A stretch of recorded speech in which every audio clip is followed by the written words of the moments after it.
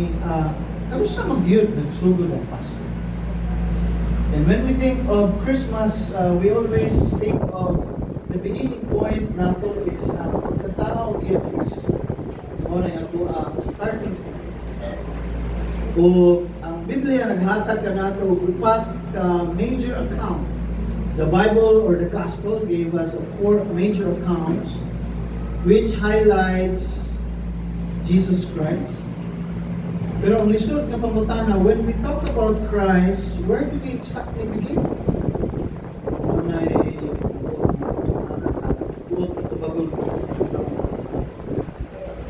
And so, book of Mark, si Mark nagsulat siya ng account may tungod kay Christ, iyang gisugdan sa iyang baptism. Tungod kay mao kini ang highlight of Jesus' public ministry. And then came along Matthew, nagsugod siya iyang ibalik. Sa iyang unang dili lang wala nagsugod si Jesus sa iyang ministry through water baptism. Kundi nagsugod ang iyang kagikan from the root of Israel. And so that is why si Matthew iyang gitrace ang kagikan ni Christ beginning from Abraham. So muna we have an account in the book of Matthew may tungod kay Abraham until Jesus came to us. And then Luke came along, then he said, I think it is more than that. Mas labaw pa ang kagikan ni Christ kay Abraham. And so Luke write an account tracing the root of Christ until the first human being, which is Adam. That is why in the book of Luke, ito nakita yung account ay tungod kay Christ, tracing back to the origin of man, which is Adam. And then John came along after 80 years. And he'd known Christ for 65 years plus. Then he writes something that is also beyond sa gisulat sa tulo ka mga writer. So John is tracing Christ from the very beginning. So wala lang siya nagikan kay Adam, kay Abraham.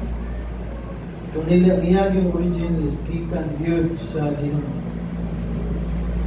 So kung tanaw nato ang essence sa Pasko tungod kay sa Christmas, ang Ginoong manluluwas si Kristo Jesus man ang ato ang gisaulog o gina-celebrate o ginahinduman sa Pasko. But bear in mind that His existence does not begin during His birthday, but it begins with God Himself. So maunay kamaturan na gusto nato na i-highlight. So kung ato yung sumatutahon, kanos na yun nagsugod si Kristo. Then, according to the book of John, His beginning is from God. In fact, before there was any beginning of anything or any creation, God or Christ have already existed together with God. So mga nailaw na kamaturan na atong implement. Therefore, kung mauray ka na ang iyang kagikan yun, then we do not just remember Him in His coming, but remember who He is really was, who He really was.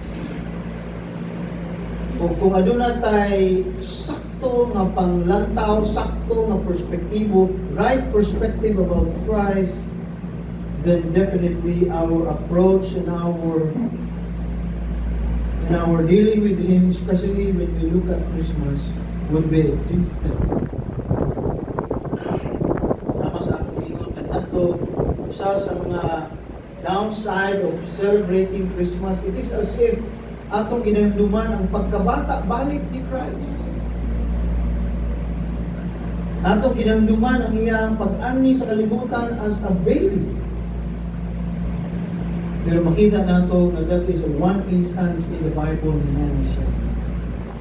But today we will discover, we will look at and remember that His beginning does not actually start when He was born, but He was with God from the very beginning. Masumona ang tanaw. And so in John chapter 1, mao kini naghatag og dako kayo na proof and truth mahitungod kay Christ. We will discover His origin, tanaw kana, His purpose, and finally the reason man is siya to this fallen world. Verse 1, in the beginning was the Word, and the Word was with God, and the Word was God. Kining usa ka bersikulo naghatag nato og tulo ka kamatuoran, three truths mahitungod kay Christ. Number 1 is that His eternal existence. And then number 2, His personality. And then number 3, His deity. His being God. In the beginning was the Word. And so therefore, John is trying to present to us that before there was any beginning of all matters and of all creation, God or Christ have already existed from the start. And so therefore, makita nato that Christ is eternal from the start. So makita sa nato diri that Jesus is not actually born. He existed before He was born. And then when He was born, He chose to be born on this world. Walo ba mo na only Christ is the only being who chose to be born in this world. Ikaw ug ako, wa nato gipili nga mataw ni kalibutan. Wa nato gipili nga mahimugso ni kalibutan. It is not by our will and by choice that we will be born in this world. But Christ chose to be born. Hindi lang na, He chose His parents. Kita, ako, ikaw, di mo ipili ang imong ginikanan. Kung na ay higayon na mamili ta sa atong ginikanan, I think mamili kita ginikanan. Mamili ta dato na ginikanan, no? Wartahan ng ginikanan, kana ang gusto. Kaya gusto tayo yahay ang kinubuhi ako natin. But sad to say, we do not choose our parents. We do not choose to be born. But Christ chose to be born in this world. And He chose exactly ang iyang parents.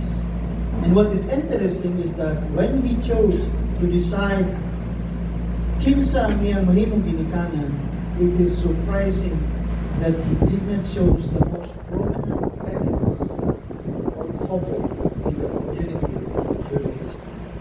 He chose the very poor, the lowest of all lowest at this instance. Yawan. Naasi opportunity ng mamili kung ginikanan. Nga nasayod ta na the reason nga ni sa kalibutan is to influence. In fact, sa dibasa nato, bring forth light to introduce God upon Himself. Nga naman nawa man siya namili o ginikanan ng kanabang naanaunta sa pwesto, naanay gahom, na power, na influence, o mamahimong dali ang influensya na gusto ng wato, o mamahimong dali ang mission na yung gusto wato. But He chose the low and the humble couple to be His parents. Nga dili lang na He chose a humble birth. Salamat sa Ginoo sa nag-prepare nila atong backdrop. No? So, ang tuyo nila is to give us a glimpse of Christ's birth. By the way, kanang sa tunga, dili na bamoy.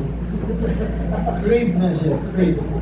Walang gawas ng kamot o ulo sa bata. Crib na siya, dili na bamoy. So, katingala mo na bamoy na nasa tunga ni Mary o ni Laro na lang mo, crib na siya. Pero kung atong tanaw sa biblical accounts, when Jesus was born, kabalo ba mo, He was not actually put in a crib. He was directly placed to a bunch of hay.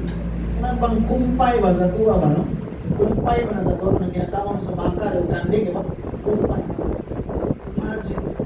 Si Jesus, igo lang si gibalot o certain cloth, then was placed directly to a grass. pile of hay. Nga dili lang na, kung imong tanawang ng biblical account, why atop actually? Ini medyo arang-arang na siya, nagbutangan nila atop.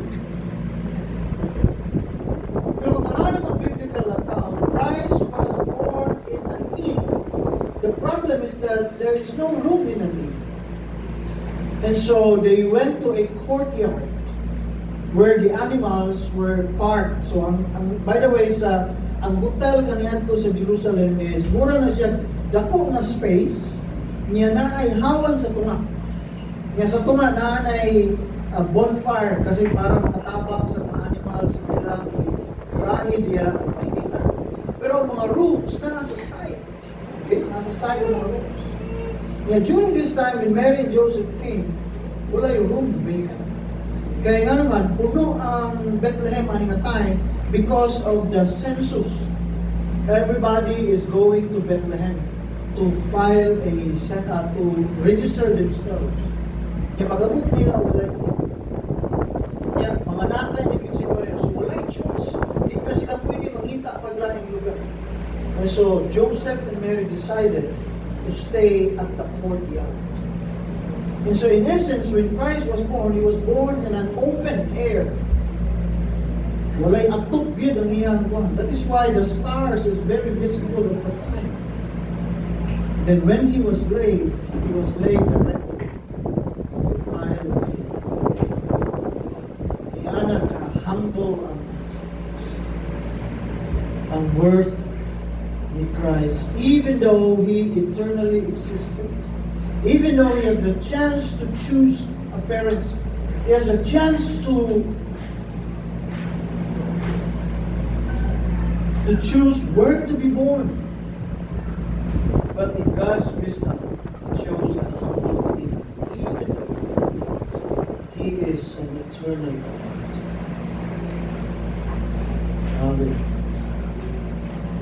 And the second phrase na ito makita sa John chapter 1 is, and the Word was with God. So may implication na ginapaabot ni John in this statement. The word with is actually translated face to face with God.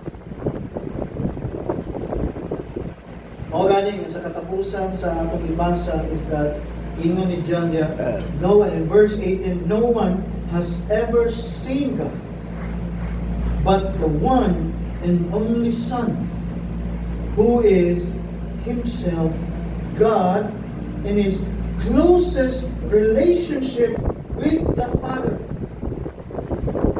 Ingana kasuot, ingana kadikit, ingana ka-close ang relationship with Christ before He was actually born. He was with God from the very beginning. He was in close contact, close relationship with God the Father.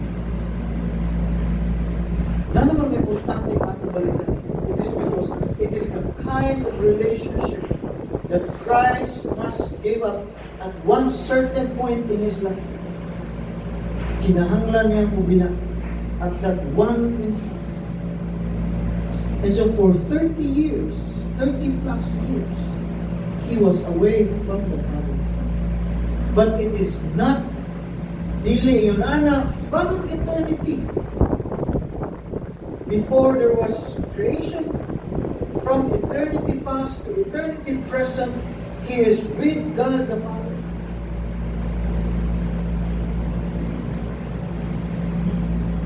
So makita nato diri nga dili lang sakripisyo on the part of Christ that He will chose a humble beginning even though He is an eternal God. Dili lang na He did to also choose to be away from the Father because He needed to be with His creation. So makita nato diri nga ang sakripisyo ni Kristo wa nagsugod sa cross. Makita nato diri nga Christ's sacrifice did not begin in the cross or on the cross, even in His birth, but begins in eternity.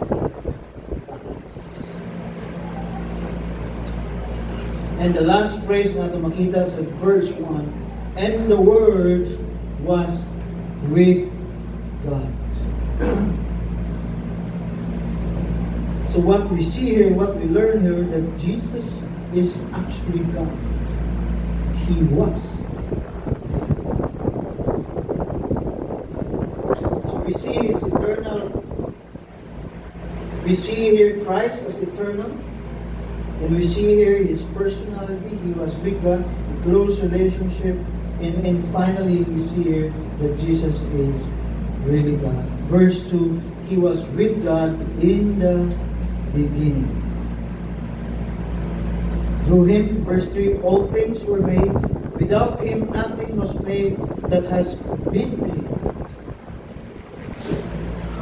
And so therefore, what does this tell us? That Jesus is actually present when the time God created the entire universe and every creature that moves on earth. He is our Creator. And He is God. Why He is God? Anong Diyos manusab siya? Because one of the essence of God is the source of life. And that is why in verse 4, in Him, verse 4, in Him was life. Life here is not spiritual life. Life here is not an abstract truth na ato hinatunan. Life here is not about just living. Life here is not about eternal life. Life here is not about spiritual life. But life here is exactly physical life that we have.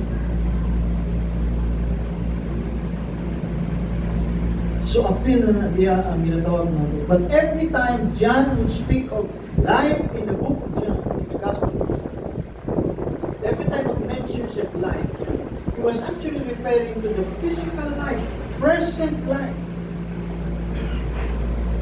Kung mugamit siya other term ay tungkol sa kinabuhi, when he talks about life with God, he will always use the word eternal life. Na siya adjective ni ibutang to describe further about the kind of life. Pero kung wala gani siya ginibutang sama sa verse 4, here is life, then that exactly means is that life per se, as we know it. Padayon na nato, verse 4, and that life was the light of all mankind. And so Jesus is God because He is the source of our physical life.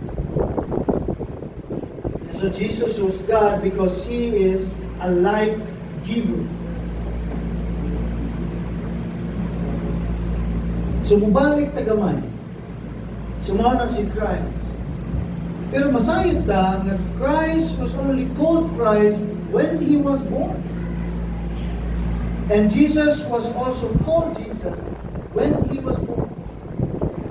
But from the very beginning, He is not called Christ. He is not called Jesus. Because the name He bears speaks about His coming and His mission.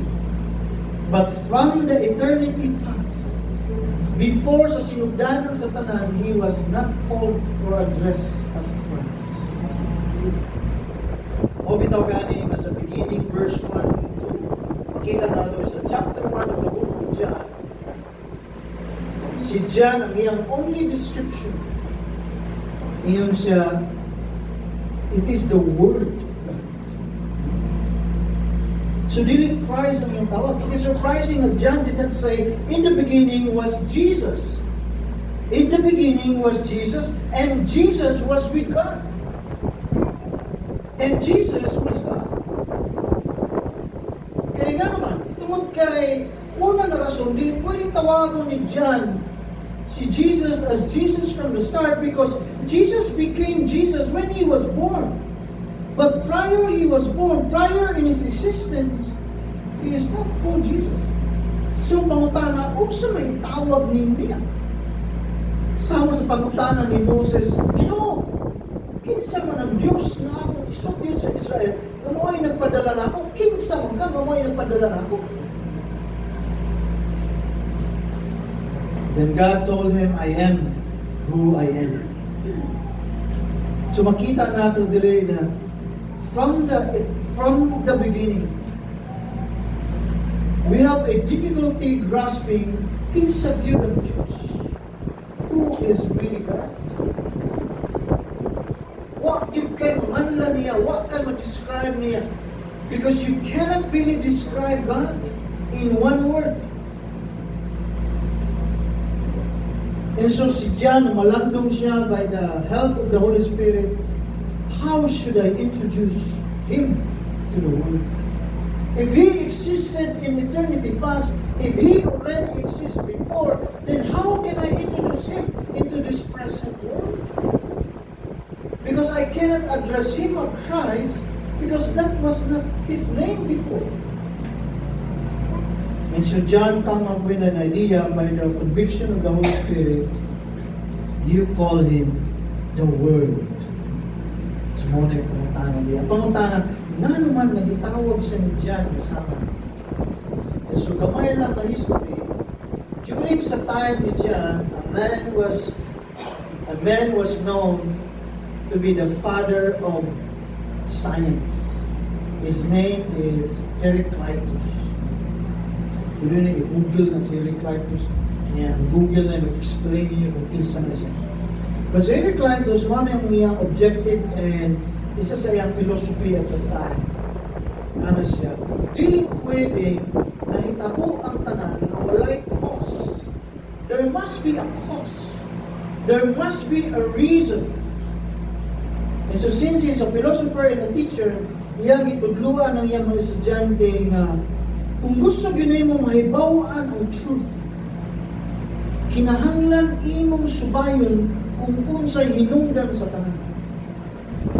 So iyang itudluan ng iyang mga estudyante nga gamiton ang ilang mata, ang ilang kamot, ang ilang panimhon, ang ilang panglasa, ang ilang dalunggan, all senses to observe everything that is happening around them. They observe the sky, the animals, the trees, the plants, so on and so forth. And then, one goal sa ilang kinabuhi is that to understand why it happened and why it exists. And what is the purpose of the existence. So, mo na ilang tumog.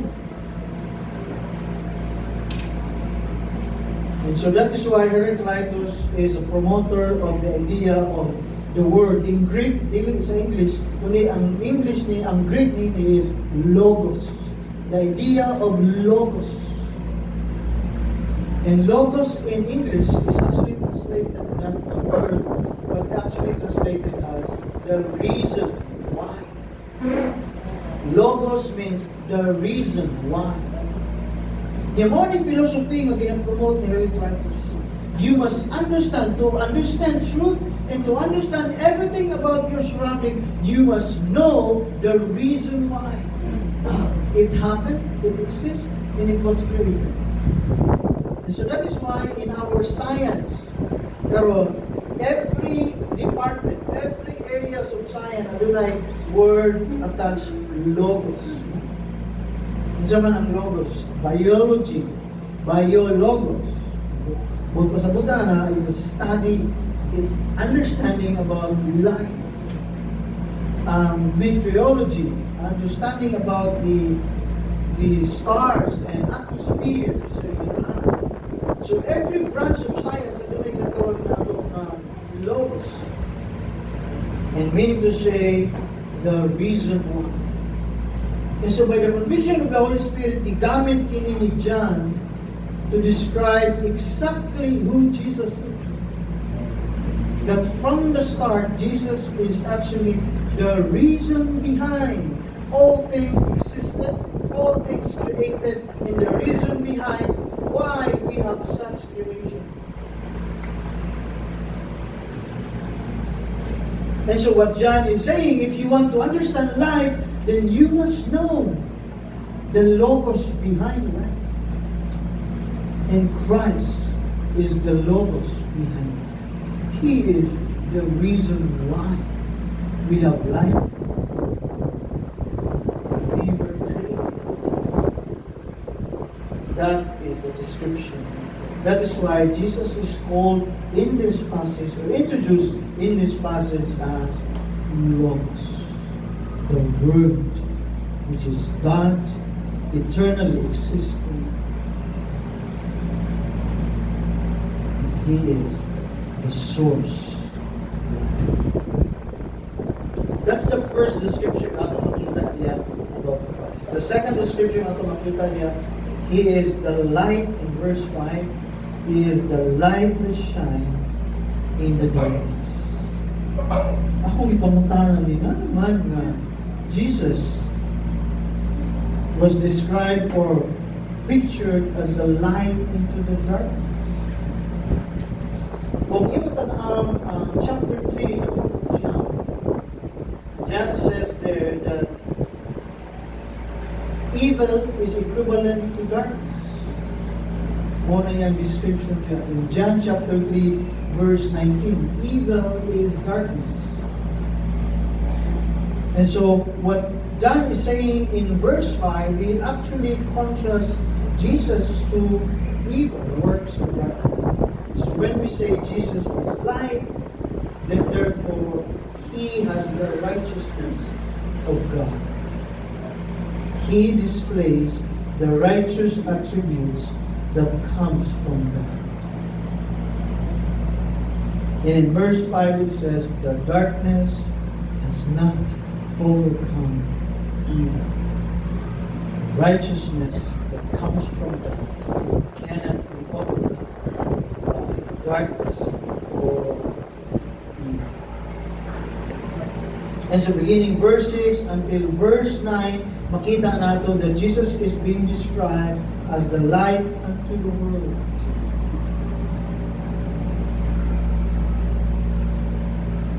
But in verse 9, makita nato, and verse 10, makita nato diya, He is the light, yet indeed the world did not recognize Him. And in verse 11, He came to that which His own, but His own did not receive Him. That is a sad truth about us, about the world and about the people. God Himself came to His people. God Himself came to show to us who God is. But what happened is that because of our dark mind, because of our dark heart, because of our evil mind, we can hardly detect the light that comes to us. So sa may application yung ginuturo natin dito. So makita natin dito kung mauni ang realidad that we fail to recognize the light that is sent by God unto this world, and we fail to recognize Him. How severe is the darkness that is in us? How severe is the evil and wickedness that is in us? And I think this is one of the answers to the many questions. Why Jesus has to come? Why God has to come? Because we are full of darkness. We can hardly detect any sign of light from God. We are full of evil. We are wicked before God.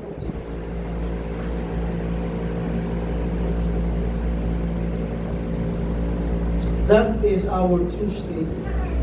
Kung atong tanahon, mauni dako tayo nga hinungdan why Jesus has to come. Why God has to choose to be born. Why God has to live His eternal state. Why God has to live His intimate relationship with God the Father. Because the world and the people is in darkness. We are in darkness. We are full of darkness, we are full of evil and wickedness. And so that is why He came to His own. Verse 12, here's a promise given to us. Yet to all who did receive Him, to those who believe in His name, He gave the right to become children of God. There are two things na makita natin dito. Receive and believe. When Jesus came at the given time, John says to those who would receive. But John knew that there come a time that Jesus will disappear. Dili na nato siya makita. Dili nato siya makauban.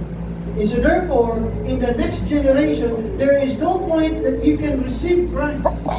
Because He is not here. He is with God.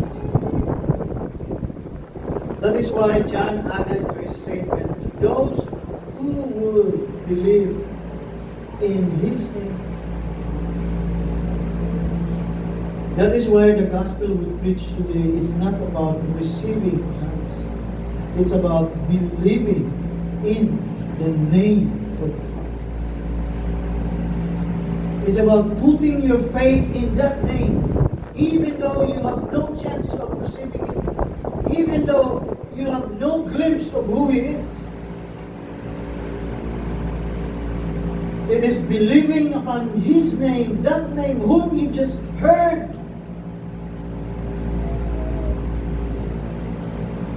So John says, to those who would receive Him at that present time, and to those who would believe in His name at the next generation. And the promise is that He will give the right to become children of God. And so only those who would believe in His name by faith will have the chance to experience the privilege of becoming the children of God. And so that is why the greater question to us about ourselves, what is actually believing? What does John mean when he said, to those who believe? So ako na lang summary kaning iyang ingon. May bawaan nimo ni kung imong basahon ang tibok John. Makita nimo sa ginaingon ni John that when he said, he would believe in the name of Christ, you would believe Him now and even until He comes.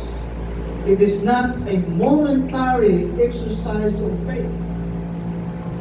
It is not also a momentary expression of faith. And more importantly, it is not a momentary declaration of your faith. Kung sama naging ni John, it is believing now, continue to obey Him, and will always obey Him until He comes. That is believing in the book of John. And that's exactly what he meant. If you have faith in Christ, you have faith in that name. Faith in the name of Christ is believing that He is God, and He is your Lord, and He is your Savior, that you would believe Him now, and you would always obey Him, and you would continue to obey and believe in Him until He comes. That is faith and believing in His name. And to that He said, anyone who believes, anyone who continues to believe. In fact, He said in John chapter 3 verse 16, he who believes in the Son of God. In fact, what He said is that he who believes, he who goes on believing in the name of the Son of God will be saved.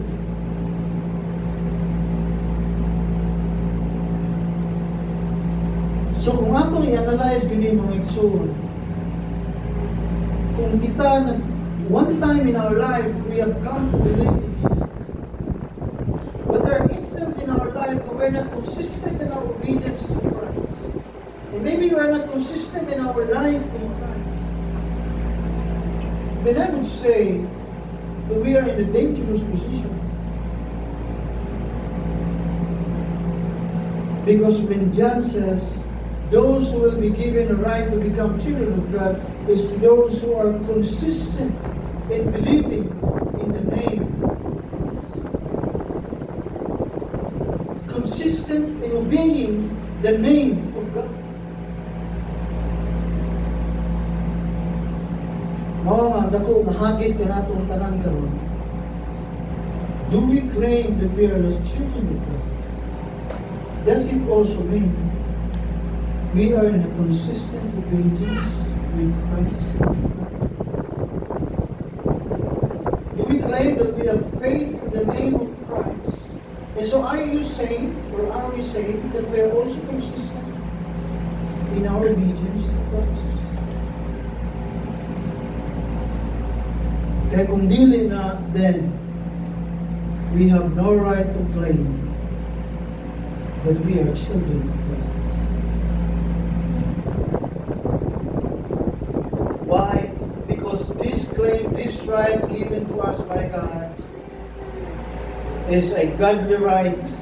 Verse 13, children born not of natural descent, no human decision or a husband's will, but born of God.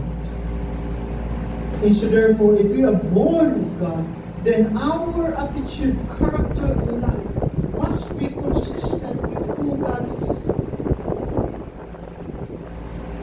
Because that is a clear indication that we are children of God. Di pwedeng supuhin. Di pwedeng diferensyado. Di pwedeng lahi. So if we claim to be children of God and yet we're living a different lifestyle, different practice, then maybe we need to ask the question, am I really God's child?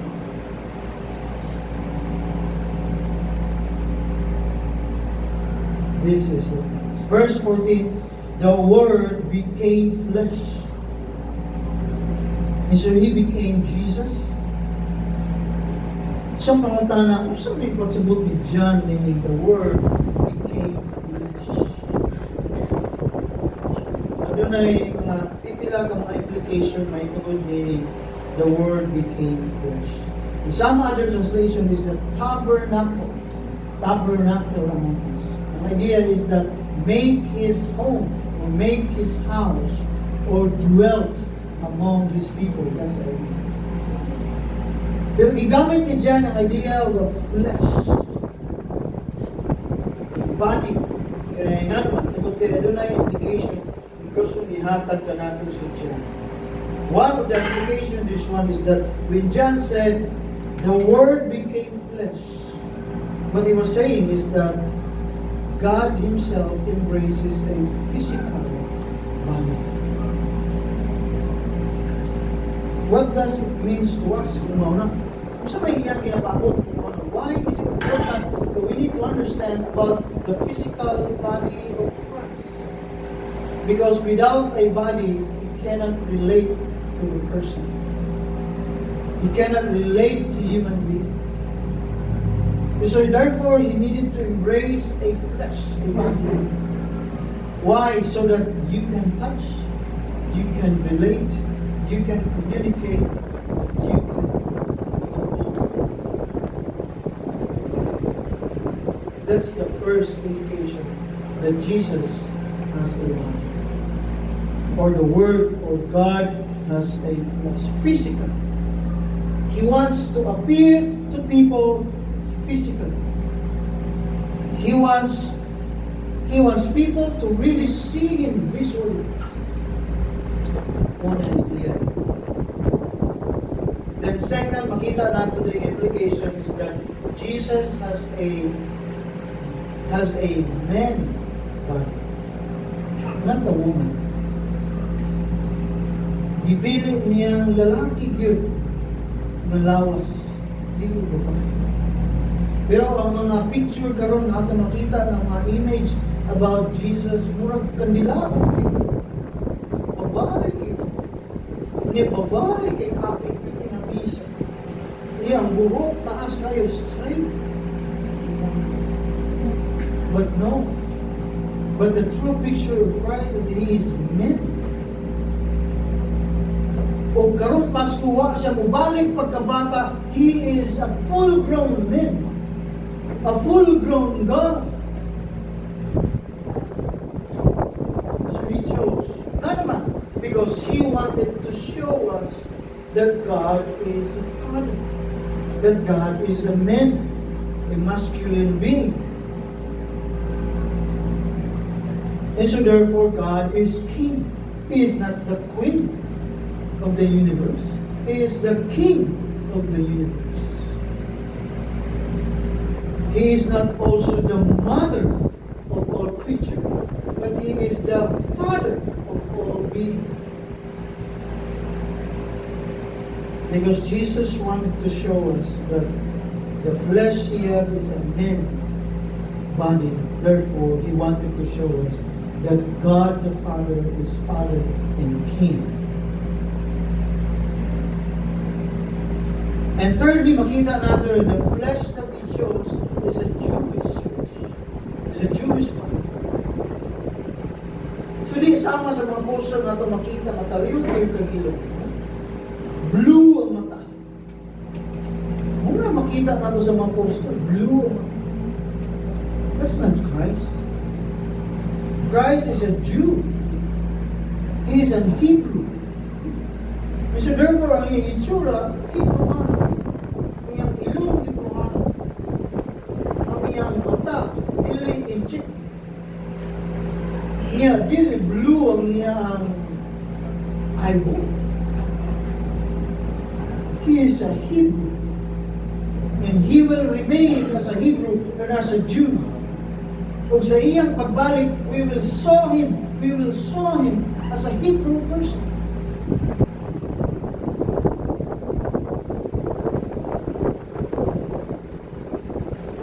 And then lastly and finally, Jesus embraced a body. He embraces a body, a sinful. Maybe masyak mo nga dilig ninyo na malawat. No.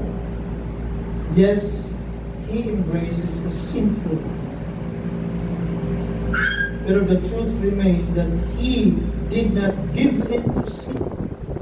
Isa ka nag-ingon nga He possesses a sinful body. Turn to me in Romans chapter 8, verse 3. Romans chapter 8, verse 3.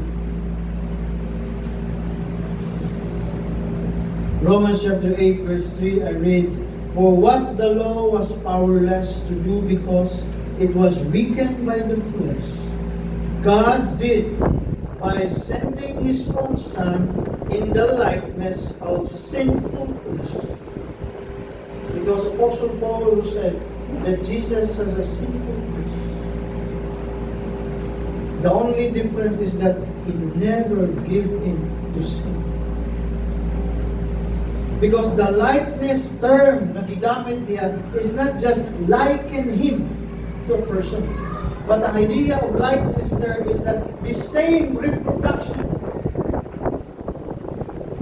God did sending His own Son in the same reproduction like a sinful man.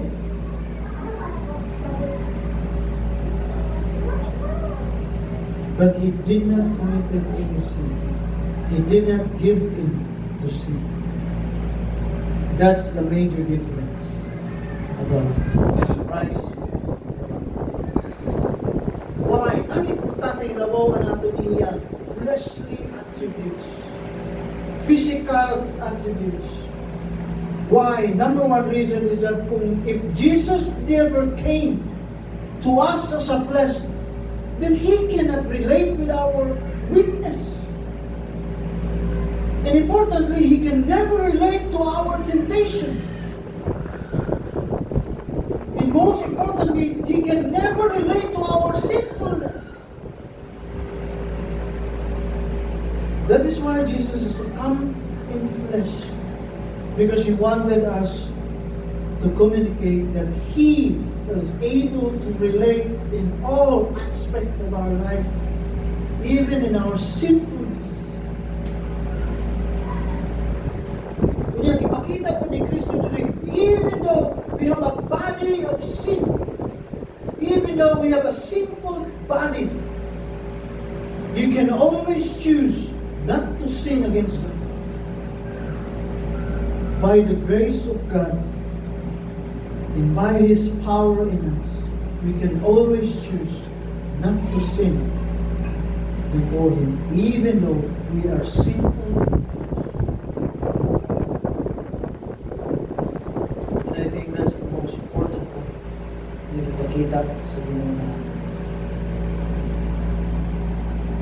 Verse 14, we have seen His glory and the glory of the one and only Son who came from the Father, full of grace and truth. If you want to fully understand how much, how deep, how wide is the grace of God, then you must understand Christ. If you want to discover the truth about life and the essence of this life that we have in the life to come, then we must know Him, because He alone is our truth. In Him there is fullness of grace. In Him there is nothing but truth. Truth about God and about this life. Then let's jump off to verse 16. Out of His fullness we have all received grace in place of grace already given. For the law was given through Moses, but grace and truth came through Jesus Christ. No one has ever seen God, but the one and only Son, who is Himself God and is in closest relationship with the Father. He has made Him known. If you want to know God, then you must know Christ first. Because knowing Him is knowing the Father as well. And so in closing, the final thought, if this was Christ's origin, if this was Christ presented to us, not only when He was born, if this is the true essence and identity of Christ,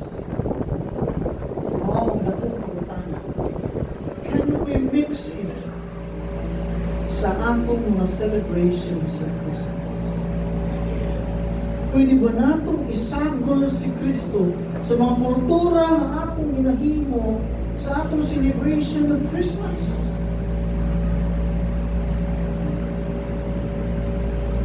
Pwede ba natong isagol si Jesus sa mistletoe at Santa Claus and some other decorations in Christmas tree, so on and so forth? If this is Christ, if this is the Christ we celebrate in this season, pwede ba natong isagol ka?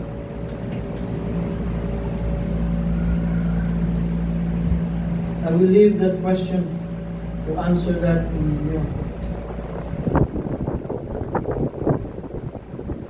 But here in the book of John, we have been presented ultimately who is Christ, the very person in God we celebrate during Christmas. And so I would say Christmas not only begins when He was born, but Christ had already existed long before there was any Christmas celebration. And that is the Christ that we should celebrate in this season. And so therefore, to worship Him, to obey Him, and to serve Him is the greatest gift that we can always offer back to Him.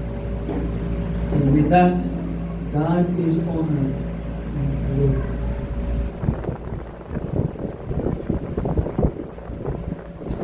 Let us pray. Ginoo, salamat sa imong pagpadayag ulo sa tanan. Nya kaniadto pa lang ikaw na ang Dios nga mo ni naghimo